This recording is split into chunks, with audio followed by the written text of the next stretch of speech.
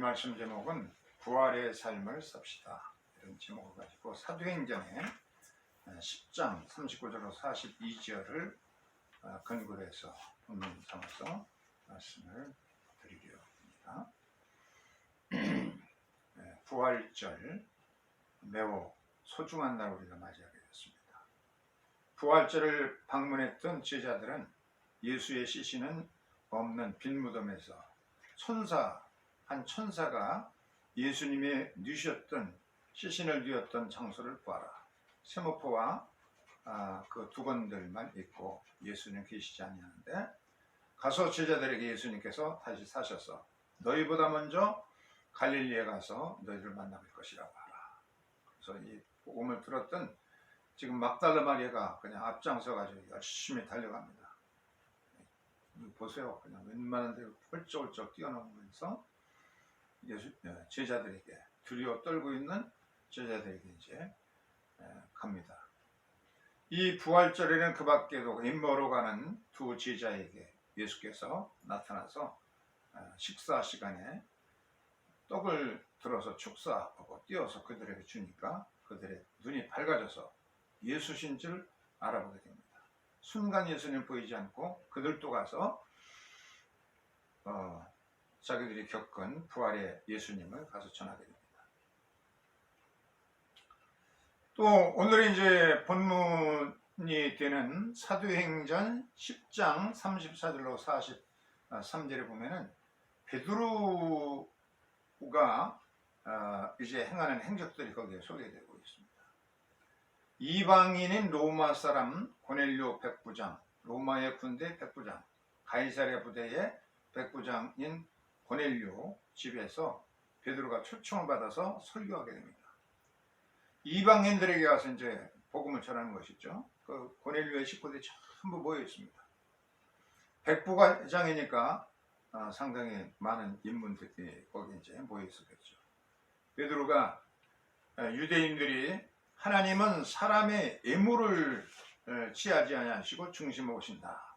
그렇게 말하면서 유대인들이 나무에 달아서 예수님을 십자가에 못 박아 죽였으나 하나님이 그를 3일 만에 살리셨도다 하면서 자기가 예수님을 3년 동안 쫓아다니면서 수제자로서 예수님과 함께 대화하고 예수님 말씀을 듣고 또 예수님이 행하신 기적을 보고 그러다가 그 선한 예수님을 유대인들이 나무에 못 박았는데 3일 만에 부활하신 그 감격스러운 얘기들 이런 것을 전할 때에 하늘에서부터 성령이 그들에게 뚝뚝 떨어지게 됩니다. 그런 성령이 임하는 그런 놀라운 체험을 하게 됩니다. 자기들이 마가의 다락방에서 그렇게 열심히 기도하고 그럴 때 성령을 받았는데 그건 전부 마가의 다락방에 있는 사람들은 유대인이 있는데 이 이방인들 유대인들이 개같이 취급하는 이방인들에게도 성령이 거룩한 영이 임하는 걸 보면서 베드로가 심히 놀랐습니다. 하나님은 우리 유대인들에게만 하나님인 줄 알았더니 그래서 유대 백성들 가운데도 여성 있는 제자들에게 120명 문도에게 이 성령을 주신 줄 알았는데 이방인들에게도 성령을 부어주는 걸 보면서 베드로가 크게 놀랐습니다. 그래서 하나님이 이렇게 우리와 똑같이 대접하는데 어찌 세리 주기를 금하리요 하고 이방인들에게 로마인들에게 최초로 세례를 주어서 고넬료와 그의 가족들이 성령 세례를 먼저 받고 그리고선 이제 세례도 받게 됐죠. 베드로에게 참 놀라운 것이고 또 기독교 역사적으로도 유명한 것입니다. 유명한 사건이 되었습니다. 부활하신 예수께서 삶의 현장 갈릴리로 가신 주님을 따라서 우리도 예수님의 삶을 살아야 되겠습니다. 첫째는 예수님이 부활하고 우리가 믿어야 됩니다. 그래서 내가 예수의 부활로서 기독교는 예수께서 부활하셨다는 거 아니겠어요? 부활절의 인사가 예수께서 다시 사셨다는 것인데 우리가 부활의 신앙을 가지고서 기독교의 근본 신앙 회복이 되어서 내가 내 심령의 우선 살고 부흥되어야 되겠다는 겁니다. 두 번째는 이 내가 확신하는 복음을 증거해야 됩니다. 내가 알고 믿은 것 증거해야 된다. 웨슬레가 굉장히 괴로워할 때에 그때도 자기가 알고 있는 복음을 전하라, 그런 얘기를 듣게 됩니다. 우리가 믿고 알고 있는 만큼 예수의 복음을 전해야 되겠다.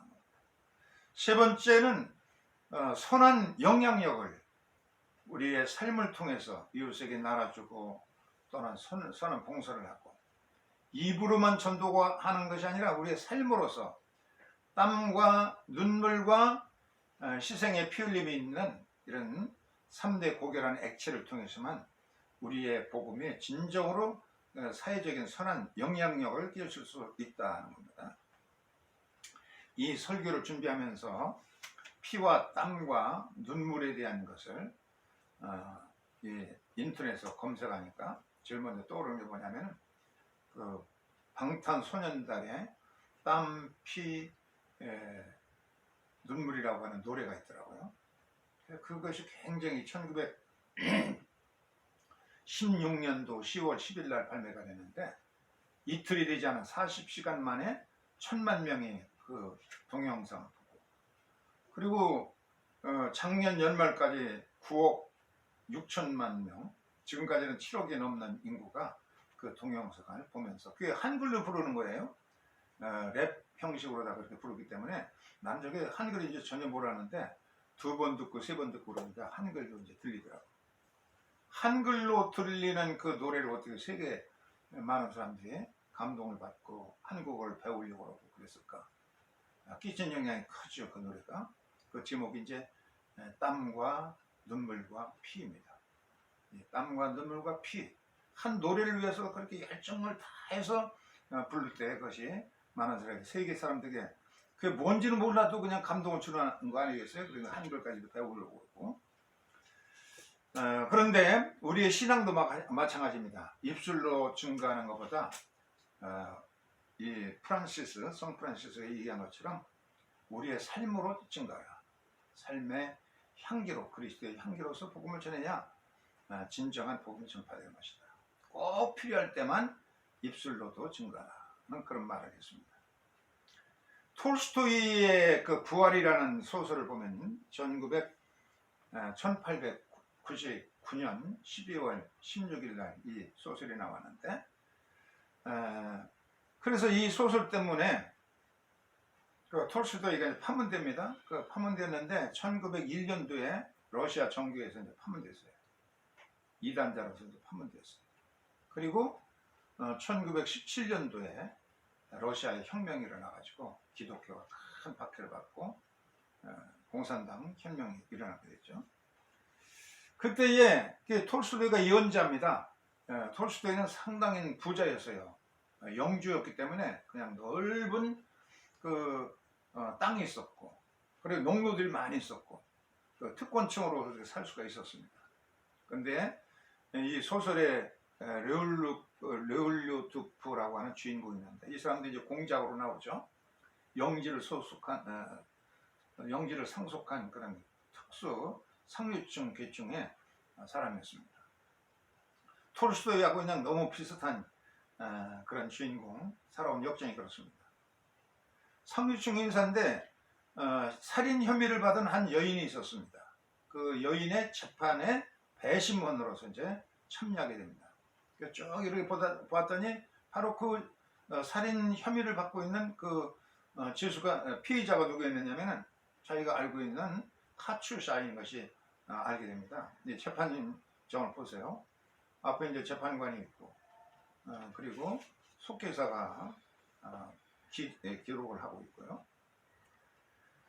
그리고 여기에 증인석이 있고, 그리고 변호인단이 있고, 배심원들이 있고, 검사가 있고, 이제 배심원이 있습니다.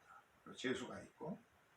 그래서 배심원이 이제 그 판결에도 상당히 이제 기여를 하는데, 거기에 배심원으로 앉아 있다가 피의자로서 고발된 사람을 보니까 카츄샤라고 하는 자기가 알고 있는 여인이었어요. 고모의 양녀로서 카츄샤가 있었는데, 근데 그 당시에 전쟁에 참전하기 위해서 군대 입대하기 전에 고모의 집에 갔다가 충동적으로 카츄사를 그 성관계를 갖고서는 뭐 그런 일도 잊어먹고 이제 군대 생활하고 전쟁에서 막 목숨 걸고 싸우고 그랬으니까, 그러다가 나중에 이렇게 10년이 지나가지고 자기가 이제 배심원으로 보니까 그게 자기가 알고 있는 그 카츄사였던 겁니다. 그래서 이 카츄사가 그렇게 피의자로서 있는 모습 보면서 뇌홀류도프가 큰 양심의 가책을 가지고 통렬하게 회개합니다. 그 카츄사가 저렇게 타락한 그런 것은 자기가 청년 시절에 방탕한 무모한 그런 충동 때문에 한 여인이 이렇게 파멸된 원인이 되었다 하고 가책을 느끼면서, 그러나 한편으로는 그 당시에 그렇게 부유하고 큰 넓은 영주를 가지고 또 밑에 많은 노예들이 있고 그런 당시에 상류층 인사들은 그냥 그걸 뭐 죄로 생각하지 않고 그렇게 살아왔던 것에 비하면은 그냥 다른 사람들은 그냥 그냥 입에 씹다가 버리는 껌과 같이 그렇게 생각했을 텐데, 리울루도프는 큰 양심의 가책을 가지고서는 눈물을 흘립니다.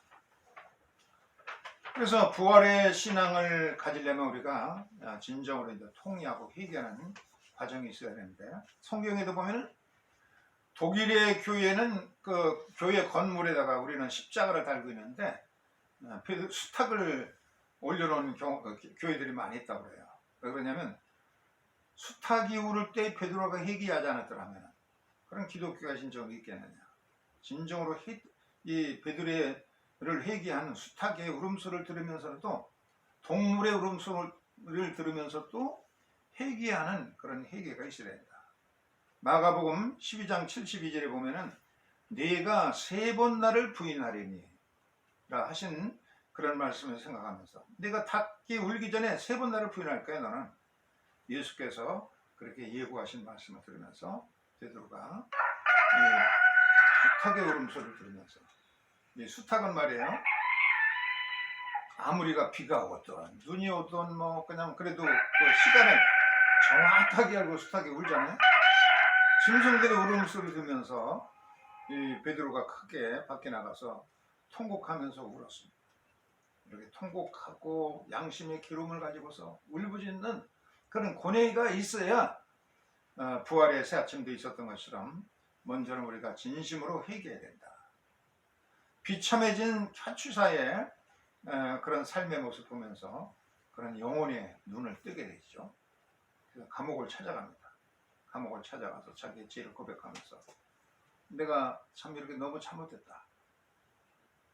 그러면서 그냥 눈물로 고백을 해도 카츄사는 전혀 쳐다보지도 않고 좀처럼 마음의 문을 열지 않고 냉혹하게 대합니다. 나를 짓밟아 놓고서 이제 와서 용서하라고 용서를 구하느냐. 당신과 결혼하면 차라리 목매달아 죽는 것이 낫겠다. 아주 냉혹하게 리울루도프의 회개를 받아주지 않습니다. 그래서 계속 찾아가서 두드려요. 그리고 카츄사의 석방을 해서 변호사를 사고, 그리고 줄기차게 노력을 합니다. 계속해서 원로원에도 이제 진정서를 냈고 황제에게도 이제 탄원서를 보내고 그러면서 이 지하에 그 감옥에 가보니까 그 너무 말할 수 없는 그냥 지옥 같은 그 생지옥에 말할 수 없는 사람이 살 수 없는 그 처참한 광경을 보면서 거기에 정말 불쌍한 사람들, 죄도 없는데 돈이 없기 때문에 거기에 들어와 있는 그런 사람들을 여러 명을 이제 변호사를 선임해가지고 전부 빼주면서, 정말 이렇게 교도소가 형편이 이렇게 참혹한가. 참 사회에 그 러시아에 썩어 있는 모습들을 이제 알게 됩니다. 그래서 교회와 여러 가지 황제, 원로원 이런 것을 이제 상고를 해가면서 탄원을 하죠. 이제 자주 면회를 가서 교도소 내 처참한 지옥 같은 환경을 보면서 억울한 죄수들을 석방해주고 변호사를 사가지고 참 돈이 없기 때문에 들어가 있는 사람들을 전부 석방해주고 그렇게 노력을 합니다. 그래서 카츄사도 어느 정도 마음이 열립니다. 이 남자가 그냥 지나가는 길에 얘기하는 것이 아니라 진심이 있구나. 줄기차게 찾아와서 깜빵에 있는 죄수들의 형편을 보고 눈물을 흘리고 석방을 위해 노력하고 그러니까 카츄샤 석방을 위해서 발벗고 나서서 원로원에 이제 상소하고 그러면서 이 죄수들이 이제 남자 죄수가 613명, 623명, 여자 죄수가 64명. 이들이 이제 기차를 타고서 이동하게 됩니다. 그들 시베리아로 가는 기차를 따라서 그들 이제 마차를 타고서 줄기차게 있는 기차를 추격해서 이제 갑니다. 그래서 계속해서 청원을 요구하고 그 한 영혼 그 카츄샤를 살리기 위해서 막 백방으로 노력하는 거야. 자기 전재산을 털어서라도 그 영혼을 살려주려고 그렇게 했습니다. 리얼루프가 이렇게 철저하게 회개하고 또 주변 정리도 깨끗하게 합니다. 자기를 따르던 여인들을 다 단절하고 그러면서 이제 매달려요. 이 오늘의 우리가 부활의 삶을 살려면은 부활하신 부활의 신앙을 다른 사람에게도 나누어서 그들도 변화되게 해야 된다. 리얼루도프의 헌신적인 그 노력이 결국은 카츄샤가 이제 점점 더 변화되게 해요. 완악하고 탄호하던 냉혹하던 여인이 이제 마음을 열고 뇌훌류도프가 진심으로 그렇게 자기를 따르고 있는 거 알면서 마음이 이제 열리게 됩니다. 눈물도 흘리고 그러면서 시비아로 이제 가게 되는데 정치범들 부류로 이제 분류가 됩니다. 이 착범에서부터 정치범 계로 이제 분류가 됩니다. 그렇게 옮겨가게 되니까 여러 이제 친분을 맺는 사람이 생겼어요. 농촌 여교사로서 사회 혁명가로서 활동하던 여인도 만나게 돼서 많은 감동을 받습니다. 러시아 사회가 얼마나 정말 망가졌는지 그 비참한 그 일을 위해서 팔벗고 나서서 헌신하는 그 여교사에게 감동을 받고 또 한 농민운동가가 있는데 이는 하나의 혁명가였습니다. 시몬 손이라고 하는 이 남자는 그냥 정말로 발벗고 나서 이 무너질 수밖에 없는 러시아를 위해서 그냥 노력하는 겁니다. 거기에 큰 감동을 받아요. 그리고 리얼루도프 역시 영국인 통역관으로 통역관으로 따라다니면서 교도소의 죄수들에게 복음을 전하는 그 영국에서 온 그 선교사에게 마태복음을 러시아로 된 마태복음을 이제 마태복음 받았어요. 그래서 그걸 가지고 통역사로서 일을 해줘가면서 성경을 이제 최초로 마태복음 읽어보니까 야, 세상에 참 이 러시아를 구원할 수 있는 길이 바로 여기에 있다는 걸 깨닫습니다. 그래서 그동안에 노력하고 원로원에 탄원하고 황제에게 탄원했던 것이 이제 황제의 특사령을 받게 됩니다. 그러니까 카츄샤를 특사령을 내려 살려준다. 특사령을 받아가지고서 이제 청혼을 마지막으로 청혼을 구걸합니다. 절망 속에 있는 죄수들을 돌보는 혁명가 심소를 나는 끝에서 그냥 남아서 특사로 감옥 밖으로 나가지 않고 여전히 감옥을 죄수로 있으면서 이 심손이 저렇게 애를 쓰고 있는데 옆에서 참 뭐라도 물이라도 한 잔 들어주는 심령으로 돕겠다 하면서 그 지옥 같은 감옥에 이제 남아서 헌신하겠다. 카츄샤가 그렇게 이제 변화됩니다. 그래서 결국은 부활의 신앙은 우리의 삶이 사회를 회복하는 그런 결과를 가져와야 된다는 겁니다. 르울루도프 주인공이 정말 서운했죠. 그렇게 자기가 재산도 다 바치고 황제에게 탄원까지 하면서 마지막 특사령을 받아가지고 왔는데도 그것을 불살라버리고 오히려 그냥 감옥에 남아서 이 불쌍한 죄수를 살겠다고 하니까 한편은 서운했지만 그러나 더 거룩한 영혼을 가지고 살겠다니까 자기도 이제 감옥 밖으로 나와서 그 승명가를 따라서 이제 가니까 자기의 가지고 있는 영지, 그 넓은 영지를 노예 생활하던 농노들에게 전부 나눠줍니다. 자기는 가만히 그냥 돈만 벌으면 되는 건데 이 가난한 농민들에게 땅을 전부 논밭을 나눠주고, 그리고서는 이 르올로토프 자기의 영지 전부 나눠줘요. 톨스토이도 그랬잖아요. 톨스토이도 그 많은 땅을 소유한 영주였는데, 근데 마지막에는 전부 농노들에게 자기 땅을 필요한 농민들에게 되게 가져라 하고 나눠주고, 그들과 함께 같이 농사도 짓고 땀 흘려서 그 밀도 베고 그러면서 거기서 참 삶의 신비를 느꼈습니다. 열심히 막 일하는 동안에 이제 한 30분 지나겠지 하고 보면은 땀 흘리고 눈 물리면서 그렇게 헌신적으로 일하다 몰입하다 보니까 벌써 3시간이 돼서 점심 먹을 때가 되고, 또 점심 먹고 와서 그냥 이렇게 잠깐 한 30분 지났겠지 하니까 벌써 시간이 그냥 저녁 때가 되고, 그러던 아주 행복을, 거기서 노동에서 행복을 느끼게 되죠. 이렇게 토지를 우리 영주들이 독점해서 아무런 소용도 없다. 그래서 이런 사람들이 이제 전부 나눠주고, 자기도 땀 흘려서 일을 하고 빌면서 전부 불태워버리고, 그리고서는 자기도 가난한 농부가 돼서 땅을 갈고 씨를 뿌리는 농민으로서 그렇게 살아가죠. 르올로토프는 주인공이죠. 톨스토이를 상징하는 그 주인공은 여관방에서 영국인에서 받은 그 마태복음서를 쭉 읽어갑니다.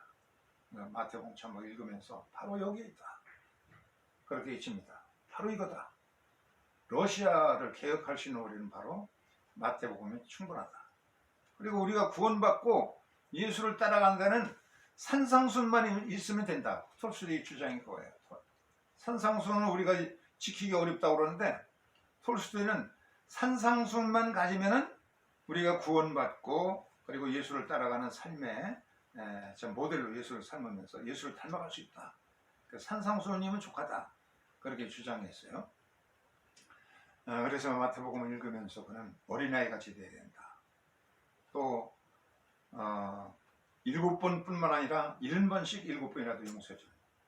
영원히 용서해줘야 된다는 원리, 그 산상수훈의 원리, 맹설하지 말라, 이해할 거 이해하고 아니할 거느냐. 진리를 위해서 이해할 거 이해하고 아니하는 것보다 더 명확한 것이 없는데, 분도대가 너무 많잖아요, 우리 기독교인들에게. 또 화내지 말아라, 이것이 살인이다 그러죠. 또 뭐 간음이 문제가 아니라 마음속에 불결한 마음을 가는 것, 음란한 마음을 가는 것 자체가 이미 가능한 것이다. 근본 동기를 보셨고, 또 보복하지 말아라, 또 원수를 위해서 축복해줘라. 난 예수님의 요 맹세와 분노, 세교, 보복, 원수 맺지 말라고 하는, 원수를 위해서 축복해주라는, 하나님이 그 비를 악인과 선인에게 내려주시고 햇빛도 의로운 자와 불의한 자에게 내려주시는데, 우리들은 너무 자기의 측근들에게만, 예수 잘 믿는 권사님들끼리만 통하고 그런 게 있잖아요. 이것이 한마디로 비폭력, 무정주의라고 그렇게 주장하게 됩니다. 먼저 하나님의 나라와 그 일을 구하면서 하나님의 원칙대로 살면 세상은 풀려지게 된다. 세상에 잡도 않는 데든 그렇게 주장을 했습니다.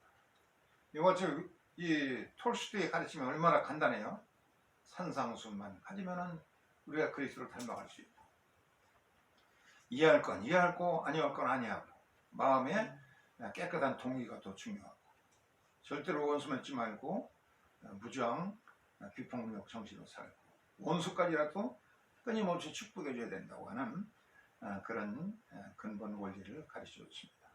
이 부활의 신앙을 가지고 살아가야, 자기도 한 카츄샤가 변화되어서 밖에 나가서 자유를 누리느니, 아이는 무슨 지옥 같은 이 환경에서 불쌍한 영혼들을 위해 살겠다고 하는, 그게 얼마나 또 멋있는 모습이에요. 자기도 나와서 땅들을 전부 나눠주고, 누가 그냥 계속해서 영주들이 그렇게 변화됐다고 그러면 이 공산당 혁명 같은, 레닌의 혁명 같은 게 일어나지 않고 그랬겠죠. 이런 삶을 실천하는 것이 부활의 신앙을 우리의 삶 속에 실천할 때, 그것이 땀과, 방탄소년단이 불렀던 그 노래와 같이 땀과 눈물과 피, 희생의 피가 바로 사회를 변화시키고 그리스도의 향기를 나타낼 수 있고 변화시킨다는 그런 원리를 기억하면서 우리들이 잠시 우리의 삶을, 오늘의 말씀을 묵상하는 시간을 갖도록 하겠습니다.